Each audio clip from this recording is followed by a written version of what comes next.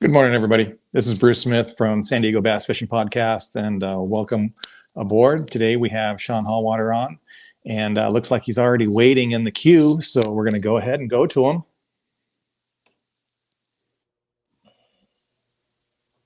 Do you get me? I got you. Morning, Bruce. Awesome. So glad when it works. Well, good morning. How you doing, Sean? I'm doing well. So we're just going to go ahead and kick this off, and Sean is the I don't know what you call it, the president of the SoCal Juniors Bass Anglers Club, and I'm so stoked to have him on board here. He's been running it here for the last couple of years and doing a great job. So tell us where you came from, Sean. Introduce yourself. Yeah, I appreciate that. Appreciate it. So born and raised out here in East County, and I guess jump right into the whole fishing thing. I've been around fishing my whole life, fishing and hunting, outdoor kind of activities. And my dad actually he's born and raised here in San Diego as well. Went to Crawford, graduated from Crawford, I think in like 69. But he joined Pisces Bass Club back there, 68, 69. So he was original member of Pisces, or I don't know if he was original. I don't know if he was original of Pisces. I think Pisces was if the only one around. And so he joined that, and then himself and a group of guys were the way he explained it is they were looking for a more family oriented club where families could be involved. And so I believe he was one of the first guys with San Diego Bassmasters. Jim Casebolt, George Hill, Bob Bergreen, some of those guys. Those are the names I remember. This was, I was born in 76. So, okay. But I remember going to the weigh-ins, and picking up plastic worms when I was a kid and riding in the boat and doing all that stuff. So I was around it for a long time. And, and then, we talk about, so I was around fishing there, and I competed a little bit, did some stuff, but I didn't do a ton of fishing as far as competitively, but I was always around it. And then I actually kind of really took off again for me personally when my youngest my oldest was born, Logan. And, they talk about genetics, and I don't know if fishing can be genetics, but as soon as he could hold a rod or, do anything, he was fishing in the swimming pool. And, it's crazy. I've got, and so with my dad, my grandfather, myself, all of us, it's 4 generations and beyond of enjoying fishing and going out and competitively. And Logan really kind of took it to the next level. And that's kind of how I got involved even with SoCal Junior Bass Anglers. Yeah. That's how I met him. I mean, I met you through Logan, your son, because of the juniors. Yep. And so, I had him on the boat, and then I took him fishing a couple of times after that. You did. And we just everything just kind of melded after that, we all kind of knew each other. Right. Well, and to speak to that real quickly, yourself, Randy Lewis, a lot of the guys, really, you guys take time to go beyond even the tournaments we do. You take these guys out and you teach them stuff. And that's why I always talk at the meetings or at our tournaments, just really harping on these anglers that get out of their comfort zone and really meet you guys, because I know you guys are willing to do it. And it's priceless. So, a lot of times we just go fishing by ourselves. And so we might as well take somebody, and all the better if it's one of the junior club members, or he doesn't have to be a junior club member. If he's just a younger person without a boat that doesn't have any way of getting out there. Right. Like I remember when I was a kid, boy, that would have been a really big deal. So. Right. 100%. Yeah. And I think, in this day and age, there's sometimes, even now when we get new parents or new anglers in the club, that's one thing. There's a little hesitancy, like, oh, they're going out with these, these boaters. How do we know this and that? Oh yeah. But the beauty of it, stuff happens inevitably.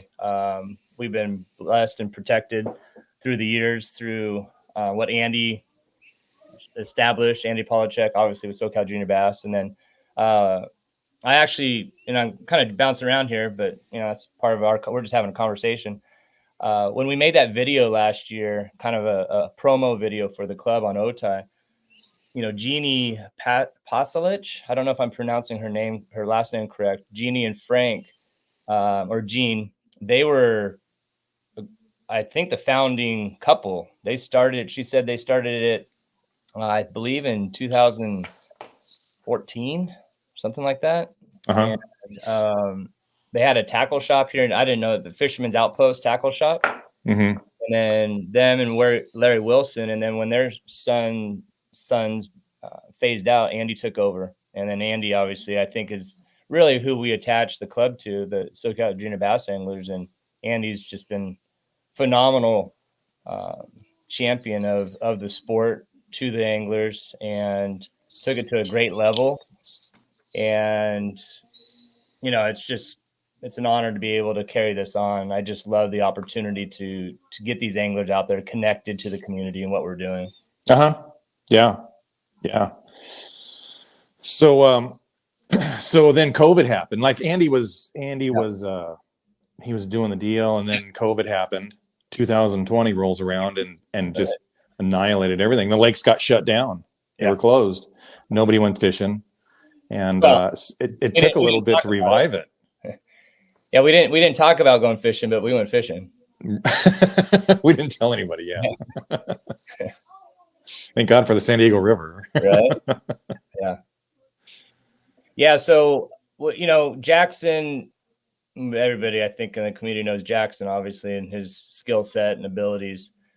So Andy right before COVID, he got it up to 60 anglers, which, for those that are around, the biggest hurdle as a director running of this club is getting the boats, because you guys are donating your time, okay. So go back, take a step back a little bit, and explain about donating time and the boats, like the volunteerism of the juniors and the local community, because this is the big deal. It is. Like nobody else in the United States does this, as far as I'm aware of. Yeah, it's very not like on a full level like this, but yeah. So the club in and of itself was established by reaching out to the bass fishing community here. I would say Southern California, and we get guys that drive down from Riverside occasionally and in that area. But you boaters, tournament fishermen, some are pros, doing this stuff. So these boaters are donating their time. They come out on a Sunday. Typically we do Sundays to try to not interfere with their Saturday tournaments. And they come out and they take 2 of our anglers out. So as far as the preparation for putting these events on, I throw a Facebook post out and say, okay, we need 20 boats if we have our 40 anglers. And that's what we cap it at, because 20 boats doesn't seem like a lot, but it becomes a lot. And, so we got our 40 anglers, we got our 20 boats, 2 to a boat. And then inevitably the numbers kind of, they figure themselves out, but, up to 20 boats. And then you go out and compete, and then they come in. We have that drive up weigh-in, which is awesome too. We're trying to get that full experience where you're driving up in your boat, you're getting out, you're pulling your fish out, putting them, you're bagging them, and so between the 40 anglers, a drive up weigh-in, you have the weigh-in crew, you have everybody weighing fish, handing bags out, you have pop-ups, and then you have two parents per angler. Right. So it's like there's like 100 people there. Yeah. Like it's a big deal. It is. You should be proud of this, and it's a big deal that you're putting this on. It is, but like we've already discussed, and we know, it is the community. There's stuff behind the scenes, and I'm not trying to deflect that as far as what I do, but just it's the team, and then the cool thing is Andy's still involved. Mm-hmm. Yeah, Andy's still helping Waymaster. He's sometimes using his boat, he's captaining, so he hasn't disappeared. He's just given me the fun part behind the scenes. So the stress of finding 5 boats in 48 hours before the tournament. Right. Yeah. Yeah. And then when we get these other tournament series, switching their dates on us occasionally, stuff happens. Yeah. But, and going back to to speak of prior to COVID, what Andy did, he had 60 anglers, so he was getting 30 boats. Yeah. And, yeah. It's phenomenal. We could easily, Bruce, right now, have 60 anglers in our club. Probably have more. I had to do a lottery, and it just, and that's where I really try to impress on the anglers that do get in is, hey, this is, I don't want to say it's an honor, but it's, people want into this thing. So if you're going to do it, it's a commitment. And so trying to impress that on them, continue to build this out. But I think it speaks to the quality too of what we have. I know you had Bryce on earlier, Bryce DeHaan, and Bryce and Talon are back in South Carolina right now. And so is we have 2 teams out there. Yeah. Talon, Dylan Potter and Jason. Yeah. It's awesome. This is their stepping stone. It's their stepping stone to getting a scholarship. Yeah. College, just like Logan. Yeah. Who's following those footsteps there. Yeah. And these kids, they're really using it as a platform. It is. As a stepping stone to keep going. It's a phenomenal platform. And that really, speaking of Logan, so my son Logan was able to get a scholarship to Kentucky Christian University, which is the northeast corner of Kentucky. He just finished his freshman year out there. And so our eyes were open, myself, with what Andy was doing. So Logan and Kane Navarro, who's still in the club, he's a senior this year. And I believe Kane got a scholarship as well. I believe it's like Weber State or some school down in Florida. So he hasn't spoken too much about it, but that could be someone you could have on too. Kane, phenomenal angler. He's the one that travels from LA. He lives in LA. Yeah.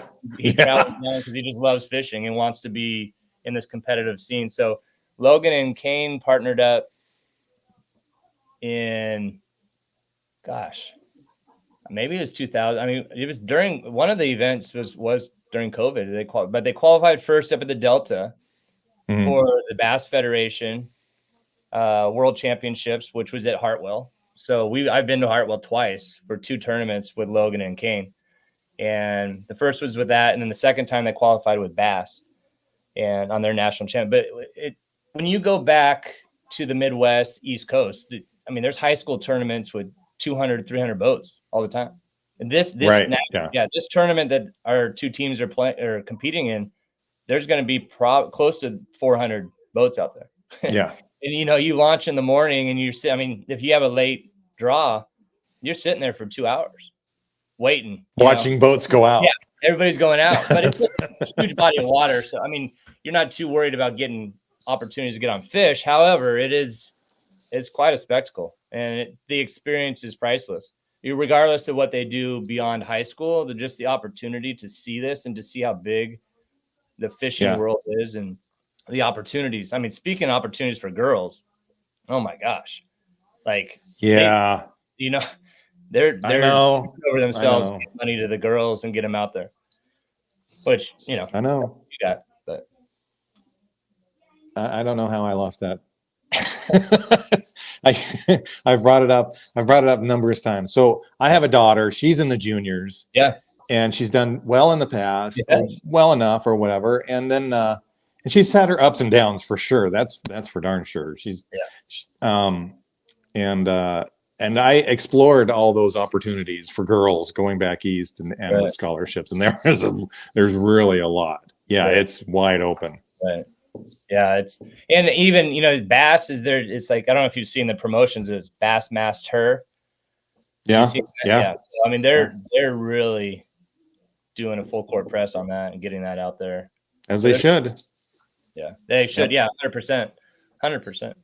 And that's speaking of Bass, they also do a combine. That was a big thing for Logan. We sent him to the combine his junior year, and. Beautiful thing about the combine, and we talk, people are familiar with what a combine is through football. So they have, areas where they're competing on pitching and casting distance and tying knots, etc. But the value is really you get to go to a venue that has 20 to 30 colleges there, and their coaches. So you're walking around talking. I mean, that's how Logan got connected. We talked to a bunch of schools, and then after one of the Hartwell events, we went and toured and drove a couple, to some of the schools and met the coaches, and that's kind of how it really played out. Okay, yeah, it's so much on who you know, and it is because let's be honest. Like I spoke of, the amount of youth anglers that are fishing back there. I mean, do they really need to come to the West Coast? They should. I'm not saying they, Oh yeah, no, but there's why. That's what they say. Why should we come to the West Coast? Yeah, when we have all of this here, right here, we do have a program up at Simpson, up in by Chico, up north. Simpson College is a great college, and they have a good team, a really good team, and they compete in a lot of this stuff. But other than that, I didn't know that. Yeah, other than that, there's some club teams, but Simpson, it's like one of their, I think, varsity teams.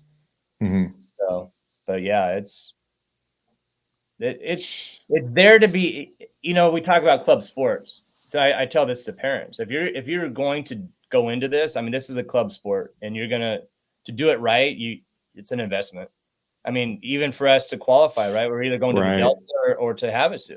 Now, we changed that this year. I was fortunate enough to be able to do an open event for Southern California, and that's how one of our teams qualified. And we'll be doing more of that. We did a one event qualifier this year just because I needed to go quickly. But this fall, we'll have a 4 event. Okay, so that is totally separate from the juniors, from the SoCal Juniors Fishing Bass Club. Yeah, what is an open? Yeah, so it's going to be associated with our name, obviously, but the opens are our way of providing an event or qualifier for these national events. I can't send a team I can send a team from our club or teams to the state championship and to these other qualifiers. But for us, this is a direct qualifier to the national championship. So an open, you could have kids from Phoenix, anywhere, kids from Inland Empire, kids from LA or whatever, Northern California. Right. The caveat with this is going back to what everyone else does, is you need to have a boat, you need to partner. Right. Yeah, they got to find their own boats and find their own partners. So yeah, we're providing the venue, we're providing the weigh-in, and we're taking the entry fees. The reason why there's even entry fees is so we can give that back to the teams that qualify. Yeah. After we pay off our expenses and such. But yeah, that's the goal, because you're either trailer in a boat, because everything's back east. So South Carolina, I know Kane went to Wisconsin last year. So you're trailer in a boat, or you're finding someone there that you can rent a boat from, and then your flights. So that's what you guys did when Logan and Kane went back to Hartwell. So, they rented they found a boat, right? Well, and once again, it's really, what are you willing to do? I was like, well, the guys that know me in the community out here, we've got an old champion. I call her Old Blue, and she works. She gets us on the water, but she wasn't going to be going back there. So, I literally went on Facebook Marketplace, and I reached out to guys selling boats, and I said, listen, we're coming back here for the tournament. If you do not sell your boat by the time we get there, would you be willing to rent it? I'm always offering. I'm not saying, hey, will you just give us your boat? Yeah. And the first year, I had a couple boats lined up. One of the guys did sell his boat like the week before that we were going to use, which was the better boat, so to speak. But yeah, and then a couple other guys stepped up, and it was just amazing. And the gentleman, Dave Rosenberg, so he's Tactical Tungsten is his company or business, and he does that on the side. But the second year, so Dave was the first year connection. He sold his boat, felt terrible. And I'm a man of faith. I've shared that. I pray a lot with the clubs and all the tournaments they pray. So, I try to model what they're experiencing on a national level. But that being said, Dave, man of faith.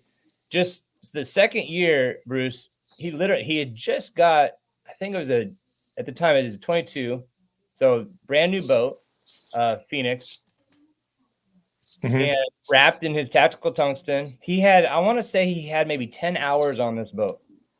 Yeah. We literally, I rent from Turo. We fly to South Carolina. I rent a truck from Turo, some random guy's truck. I go to South Carolina, to Hartwell. I meet him at the launch ramp. We jump in his boat. We drive around, and then we hook up the trailer to my truck, and he's like, "Here you go. Just make sure it's full of gas when you're done." I mean, for a week. Wow. I mean, right? That's just, and that's what we've found, the community piece. You know, we talk about what's happening out here and what the people giving back, but I'm tell you what, man, like that just blew my mind. And so brand new rig, and for the whole week wouldn't take any money. Yeah. Again, we gave him some gift cards and we gave him gas, but I mean, it was just, yeah, it's unbelievable. Tactical tungsten.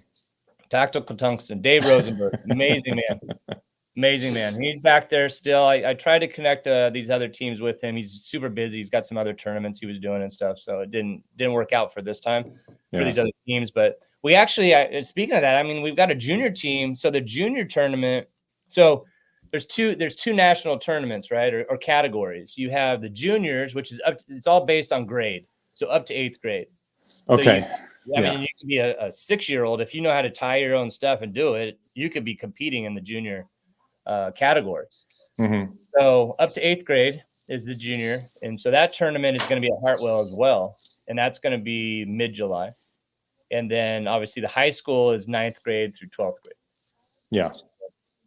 But Barry Steerrud, who's the state director here in California, talking about the opportunities for the juniors too. I mean, since COVID, the numbers have dwindled a lot with the amount of competing teams here in California. And he went from, 10, 20 junior teams to, I think he had 4 this year competing. Yeah. Wow. And it's a commitment though. I mean, it's some people say, okay, my 8th grader, my 6th grader is going to be traveling across the country, where at least in high school, I think you're close enough to college, to think, okay, I'm going to be advancing if I want to. Yeah. Yep. So jumping back to the juniors. Yeah. If parents wanted to enroll their kid into the juniors, they got in, say, through the lottery or whatever, and they're new to it. What's required of them? Sure. So the requirement really from an angler's perspective, so we have the anglers and then obviously the parents, I guess you'd say. So we have a membership fee. So there's, I think it was $225 or $250 this year.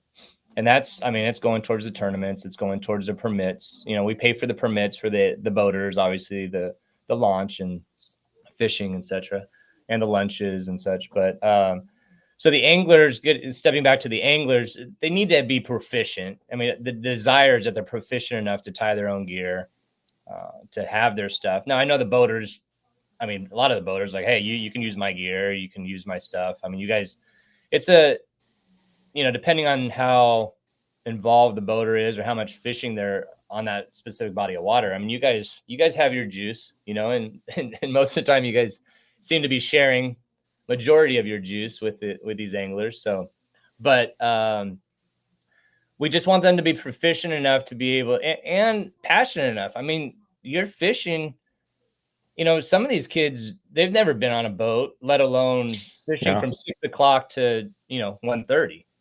And so, which for some of us, that's not a long day, it's 7 hours. Like, well, whatever, we fish from 6 a.m. to, now we can be on the water most of the time till 7 or 8 if you want to. And so, being committed enough to and to push on. I mean, right, to fish. Mm-hmm. If you're not getting fish for a couple hours, there's a mental game there for sure. And so we wanting them to really count, I don't want to say count the cost, but recognize that with anything, are you willing to put the consistency, the time, the effort, the hard work to fish? Because, I know you as boaters, I mean, you guys are dedicated and donating your time too. And so if you got a kid that just lays down and goes to sleep, like Which happens. It happens. It happens occasionally. It's fine. But I know, I mean, a lot of you guys, you want to share, you want to give these kids. Oh, we want our kids to win. Right. Whoever is in our boat, we want to win. Yeah. Right. And it's almost like you have to, there's a line there that, you don't want to give them too much because they have to do it. Right. It's their tournament, and I kind of tell them, I'm like, okay, you guys, it's your tournament to lose. Right. If you want to win this thing, we're going to put you in the best position possible to win this thing, but you're going to have to catch them. Right. Right. So, and you're not doing, and that's, that's the thing too. I was speaking to some of the guys that are super competitive, Bryce and Brenner, they're going to be fishing. They're two phenomenal anglers, young anglers coming up, and they're going to be fishing together in some of these opens and things they're doing in the future. And, when you go to a new body of water, it's nice to have a local guy. If you're going to the Delta or you're going to Havasu, the reality is obviously everybody wants to win, right? I mean, that's why we're fishing. That's why you're competing in tournaments, because you want to compete, you want to win. But there is extreme value in being able to take a part of body of water, right? Yeah. There's that's where you're going to differentiate yourself. If you can, the resources we have now on the computer, Google Earth, YouTube, all the stuff. I mean, you can find out what people use on these bodies of water. You can look at Navionics. You can Google Earth. You can find what's going on these bodies of water. So you've got to be able to, if anything, that's the number one, in my opinion, besides the mental game, is being able to break down a body of water. If you understand the habits and the seasons and what fish are doing, and you're able to do that, going back to wanting a boater to do stuff for you, the more you do that, the better you're going to be. So, hey, maybe take a step back, right? Oh man, I didn't get, Bruce Smith, this is his lake. I know he loves El Cap and he knows the spots. Or I didn't get, Jake Evans or Justin Hanold or Tom Leadham or, whatever, Randy Lewis, the jig guy, the bastard killing the jigs, and Randy's, like that shouldn't matter. Now, for some of the kids, yes, they just want to catch fish and be a part of it. But for those that are saying, hey, I'm going after this, then this is a different game for you, right? It should be. This is not, this boat doesn't have all the electronics. It's like, okay, especially on our bodies of water. I mean, they help for sure. And they got to be proficient. It's a different game now, right? I remember Logan when Forward Facing came out, 5, 6, whenever it was. And he's like, Dad, we need it. I'm like, no, we don't. Now, I realized it would have helped him, but just to be proficient with it, not necessarily that we need it for every body of water per se, but there are challenges that the anglers that are willing to go after that right now, to put in the time, like with anything, right? Any type of sport, anything you're willing, those that put in the time, that are consistent and learning and constantly making those tweaks, because I truly believe these fish are getting smarter. They are. There's just you have to make those slight adjustments, and when occasionally they get stupid, right? There's certain and things. It's good. Yeah. But those that make those adjustments, that fish hard all the way through, that find those tweaks, those are the ones that I think are really going to differentiate themselves. And because at the end of the day, we talk about these college teams and these high school teams, and you're going to see it. I mean, there's stuff happens unfortunately. There's the parents will take guides out. I heard of stuff that Logan and Kane, the tournaments they fished back at Hartwell, there were dads taking guides out. I could have gone with a guide the week before. No one's going to know that. The kids didn't, but I know dads did. So that there's that stuff out there, but I don't want to get that because I don't want it to tarnish the overall. But I think the cream it rises, and we're seeing that.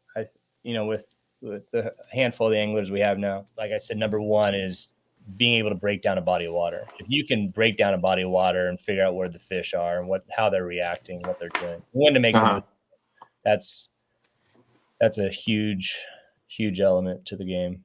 Right. So what does it require? What's the requirements for an open?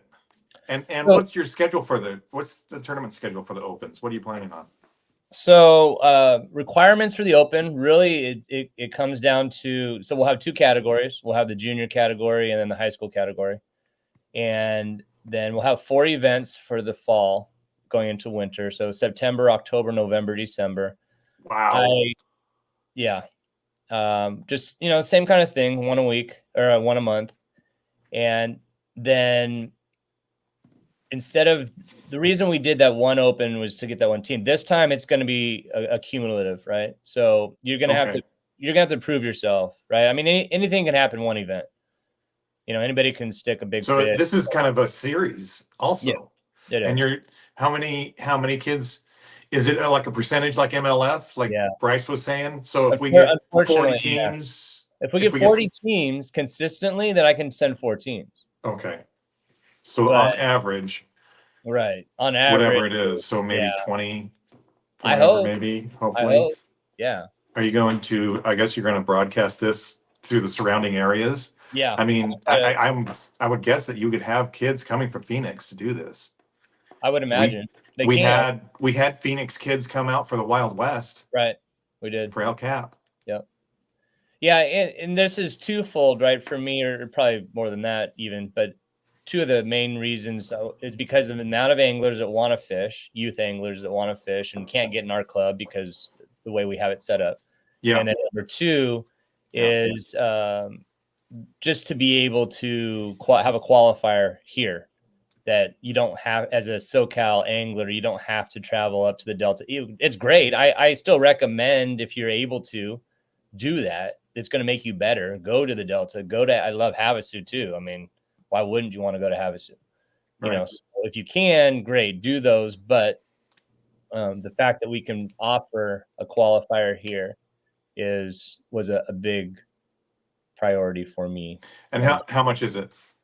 So we did that one open. It was $100 per team, and so 50 and I'm trying to remember. I was still refining a few things. Like I said, the majority of the money is going to go to the teams that qualify, right? So whether or not, I think this last one, I still paid for the permits and everything. So permits, launch. So it's really comes down to what people are willing to pay and want to pay.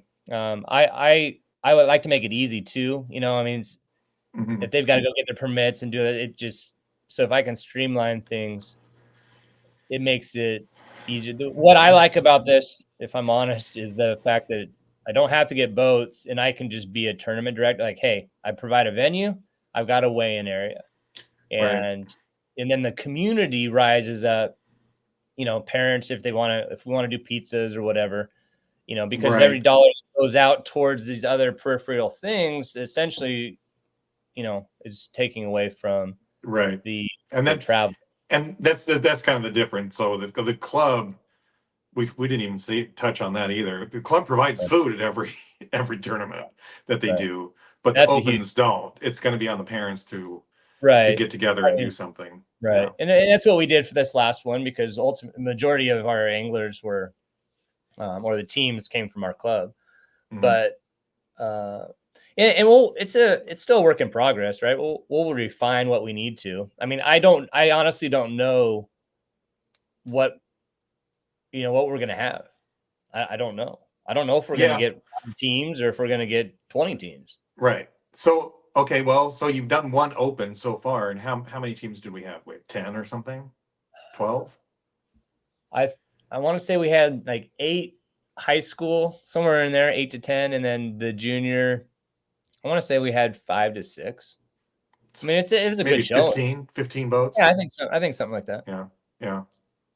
Which, it was what I was expecting. I was glad with that. It's going to be the marketing, getting the word out, people talking about it.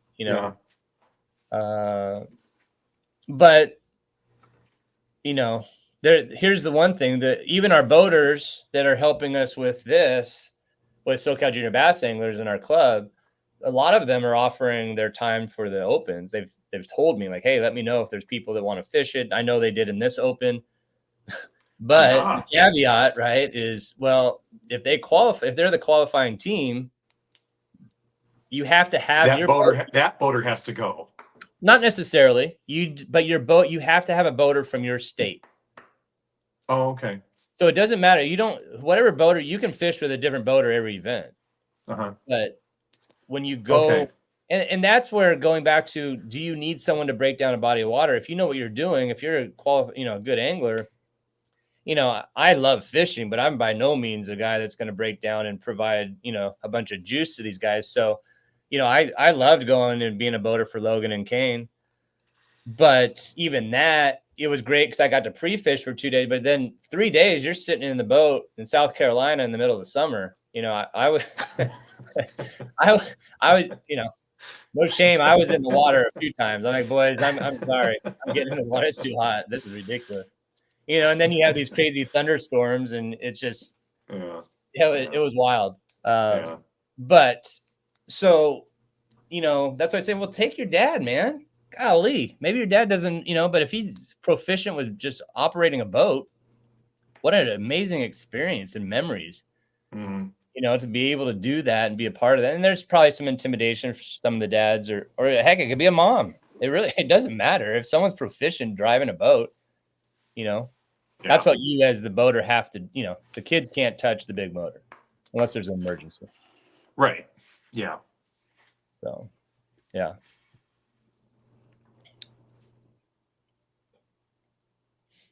Well, that's it. That's all I got for you. Yeah. I mean, trying to think if there's anything pressing or what, I mean, obviously we're always trying to get sponsors and people that want to be involved. I think there might be a new batch for these opens. I'm not sure what's going to happen with that, but I think there potentially could be on a national level, maybe some new sponsors that want to jump in on that. Yeah. We'll see. I mean, I don't need them to make it happen, obviously. Yeah.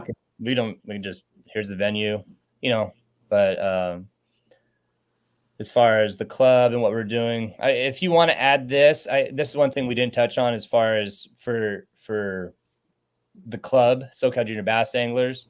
So August, we'll have our banquet. We'll know, season will be over, and then we'll take try to figure out who's coming back, have the roster, whether it's 25, 30 kids, and then whatever is available will be open to the general public. Right, because we'll have kids leaving because they're seniors or they're graduating or age out.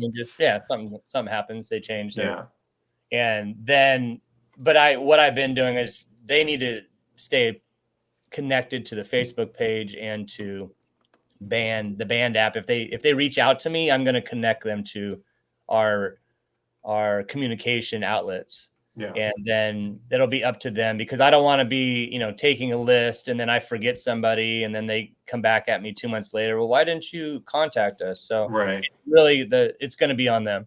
And so we'll do that in the fall and, put our roster back together. Then, I mean, depending on what the new year looks like with bodies of water closed and not closed and what's doing what, but we'll be able to, typically February is when we do our fish-a-thon, the fundraiser, and kick off the season.